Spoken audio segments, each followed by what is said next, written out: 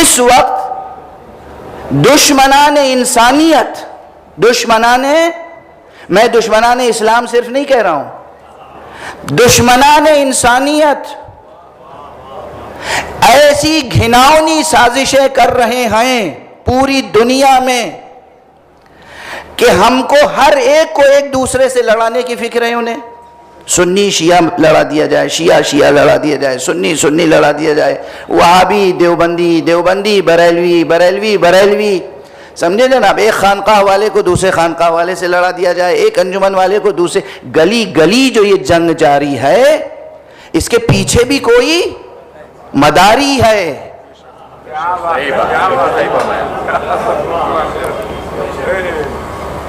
آپ سمجھتے ہیں میں صرف ایسے الفاظ استعمال کرتا ہوں جو بس ثقیل ہوں، ان کو سمجھنے کے لیے ڈکشنری اٹھانی پڑے؟ ایسے لفظ بھی استعمال کر لیتا ہوں جو بہت آسان ہے۔ پوری دنیا میں باقاعدہ منصوبہ بندی کے ساتھ انسانیت کی تباہی کی سازشیں ہو رہی ہیں۔ ہر مذہب ان کی زد پر ہے، صرف اسلام نہیں، ہر مذہب زد پر ہے، اور ہر چیز کو اس دشمن نے انڈسٹری بنا دیا ہے۔ کچھ عرصہ پہلے ہم نے عرض کیا تھا کہ unfortunately religion has become an industry. Religion has become an industry. تو یہ چاہے اسلام ہو اور چاہے ہندو مذہب ہو اور چاہے کرسچینٹی ہو، فادر بھی مجھے معاف کریں گے، ہر جگہ صورتحال یہ ہے کہ ریلیجن کو انڈسٹری بنا دیا۔ اب زیادہ تلخ ہو جاؤں، مولوی صاحبان زیادہ تر جا چکے ہیں، تھوڑے سے باقی ہیں، ان سے اتنا خطرہ نہیں ہے۔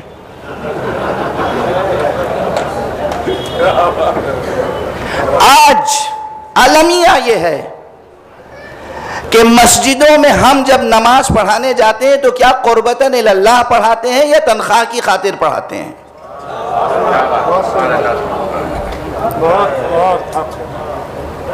مدرسے انڈسٹری ہیں، مسجدیں انڈسٹری ہیں، امام باڑے انڈسٹری ہیں، انجمنیں انڈسٹری ہیں، ہر چیز صرف اور صرف تجارتی انداز میں سوچی جا رہی ہے۔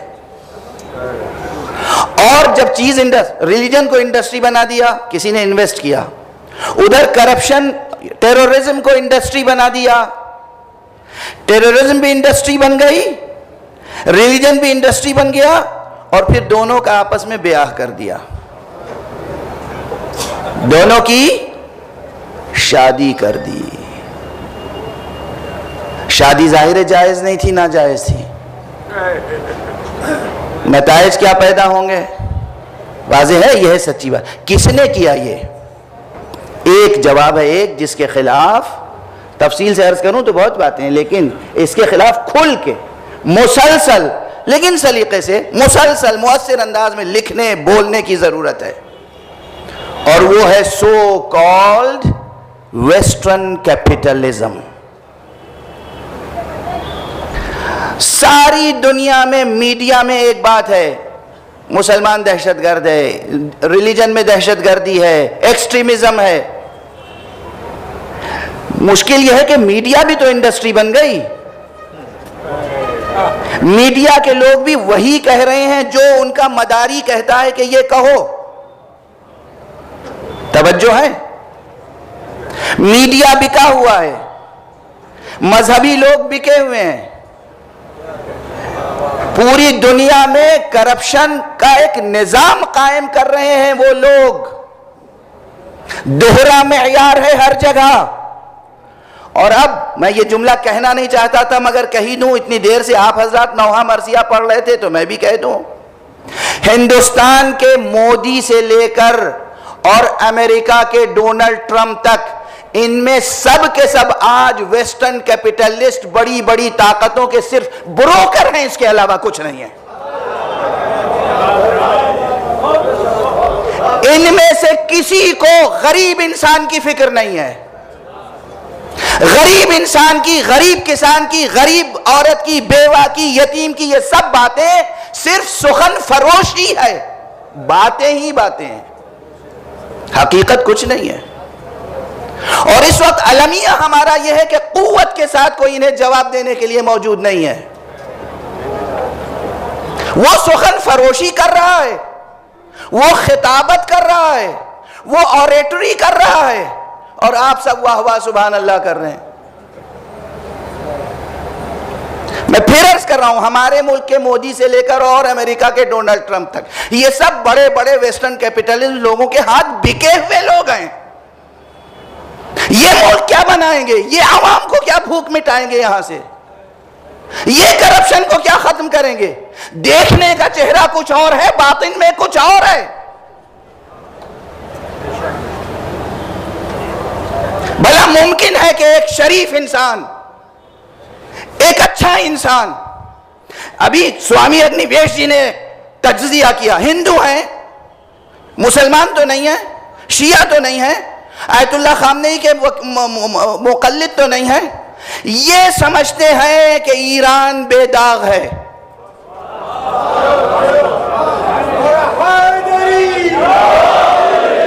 میں اپنی بات عرض کروں، میں گڑگاؤں میں چل رہا تھا، اور جس گاڑی پہ بیٹھا تھا وہ گاڑی خراب ہو گئی۔ جب وہ تھوڑی دور، بالکل تھوڑی دور رہ گیا تھا، تو سائیکل رکشہ میں نے کر لیا، سائیکل رکشے پہ بیٹھ گیا۔ وہ سائیکل رکشہ جو چلا رہا تھا وہ کہہ رہا تھا، بھیا ساری دنیا میں جتنا کرپشن ہے یہ تو امریکہ کا پھیلایا ہوا ہے۔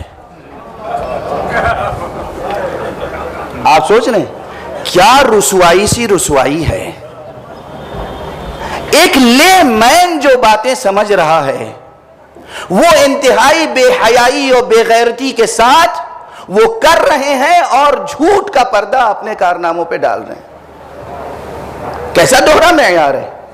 دوہرا معیار ہے یا نہیں؟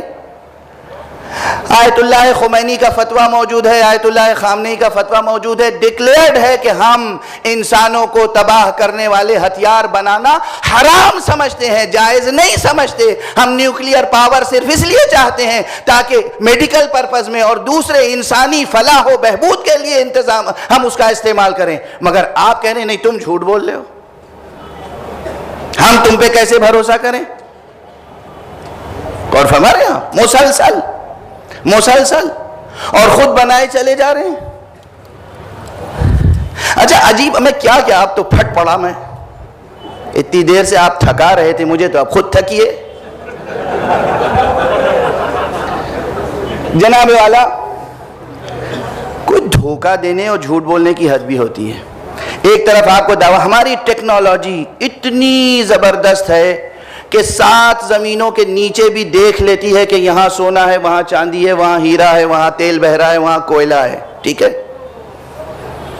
اتنی ٹیکنالوجی ہے کہ ہم جہاں چاہیں بالکل ٹارگٹ پہ جا کر ہمارا میزائل لگے گا۔ اور جس وقت عراق میں ایک طرف داعش تھے اور دوسری طرف کردش لوگ تھے جو داعش سے لڑ رہے تھے، تو آپ کے جہازوں نے اسلحہ گرایا داعش کے خلاف، مگر اتفاق سے وہ داعش ہی کے علاقے میں چلا گیا۔ سبحان اللہ! یہ کتنی بار ہوا ہے؟ ہوا ہے نہیں ہوا ہے؟ بالکل بہت بار۔ کتنی بار ہوا؟ یعنی اس وقت آپ کے کیمرے فیل ہو گئے، آپ کے پائلٹس اندھے ہو گئے، آپ کو نظر نہیں آیا ادھر داعش ہے اور ادھر عراقی فوج۔ یہ بھی ہوا کہ جو اسلحہ عراقی فوج کو دینے کے لیے آپ آئے تھے وہ دے گئے داعش کو، اور جب حشد شعبی جان دے رہے تھے تو جو بم آپ کو گرانا تھا داعش پر، وہ بم گرا دیا آپ نے حشد شعبی پر۔ یہ سب آپ حضرات دیکھ رہے ہیں، مگر یہ چیزیں جس طرح میڈیا میں رسوا کی جانی چاہیے نہیں ہو رہی ہیں۔ میڈیا کے لوگ اپنا حق ادا نہیں کر رہے ہیں، اور جب تک میڈیا آپ کا ساتھ نہیں دے گا آپ کیا کر سکتے ہیں؟ آپ 2 بار ممبر